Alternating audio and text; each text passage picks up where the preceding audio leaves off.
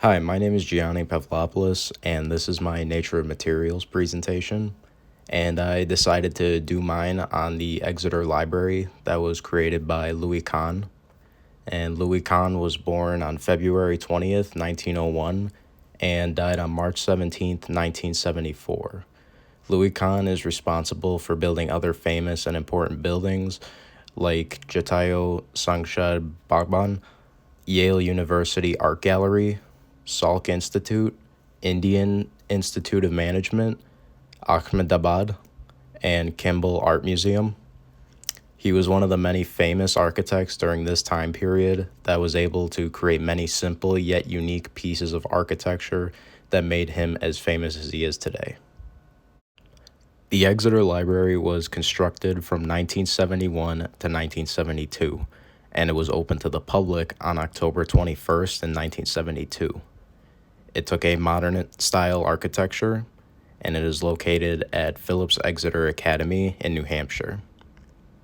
The design is showing off simplicity by expressing how something as simple as a book could open one's mind to so much more and bring light to the art of literature. The concept was for one to gain knowledge through the simplistic yet complex idea of literature. For my first model, I had used the concepts geometric, minimalistic, and captivating.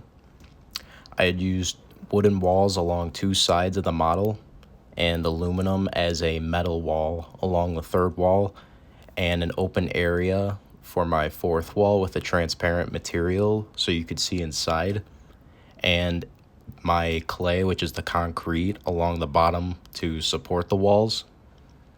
And I was really trying to keep in mind the geometric and minimalistic values, but I believed that I had been too minimal in this design, and some of the materials had not made sense when referring back to Exeter, like the aluminum wall and the large opening with nothing to see inside, which destroyed my concept of captivating.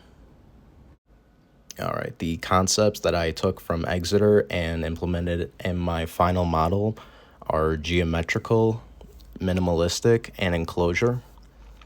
The geometric value in the Exeter Library is basically the entire shape on the outside of the building, where it is a large cube, and all sorts of different aspects of the building also show a lot of geometry, like the ceiling having the large cross in the middle and the circles as well as contribute to this concept. For the minimalistic values, when it comes to the minimalistic aspect of the building, the biggest thing is the overall shape of it being simple and normal shape, as well as the materials used, which are just brick, wood, concrete, and glass. And for the enclosure aspect, this can also be seen through the overall structure of Exeter Library with a simple cube that you are brought into, and also the seating elements give off an enclosing feeling because the seating elements are against the wall where the windows are, and it appears that the opening of the seat that you go into is almost trying to close off. So it is just you alone with a book and your thoughts. With all of those concepts in mind, we move on to my final model, which went through a pretty big change. And for the wood, I used two panels for my outer barrier. That is a standard 90-degree angle that is supposed to resemble an open book, but also bring in the element of enclosure into play. And then the glass element I used two sheets of plexiglass as a secondary barrier, once again at a 90-degree angle, that further enforces the concept of enclosure. And when you are looking above the final model, you could see a cube is formed that references the building's initial geometric cube look. I had also used mirror panels and turned those into its own cube that is inside the cube created with the wood and the plexiglass. The idea behind this was to take the fact that the outside of Exeter is extremely basic, but how it appears on the inside is as if you have walked through a whole new building.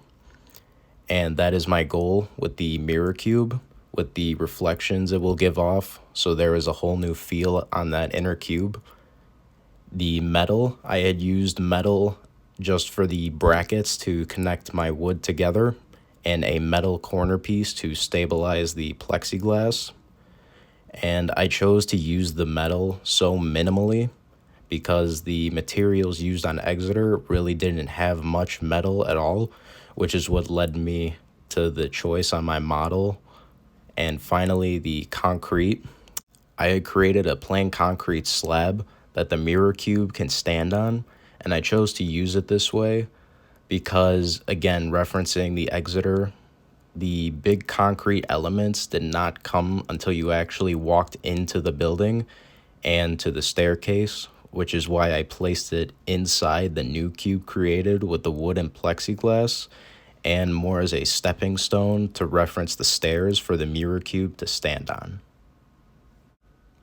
Now we're nearing the end of my nature of materials presentation, and I just want to thank you for listening, and I hope you enjoyed the presentation.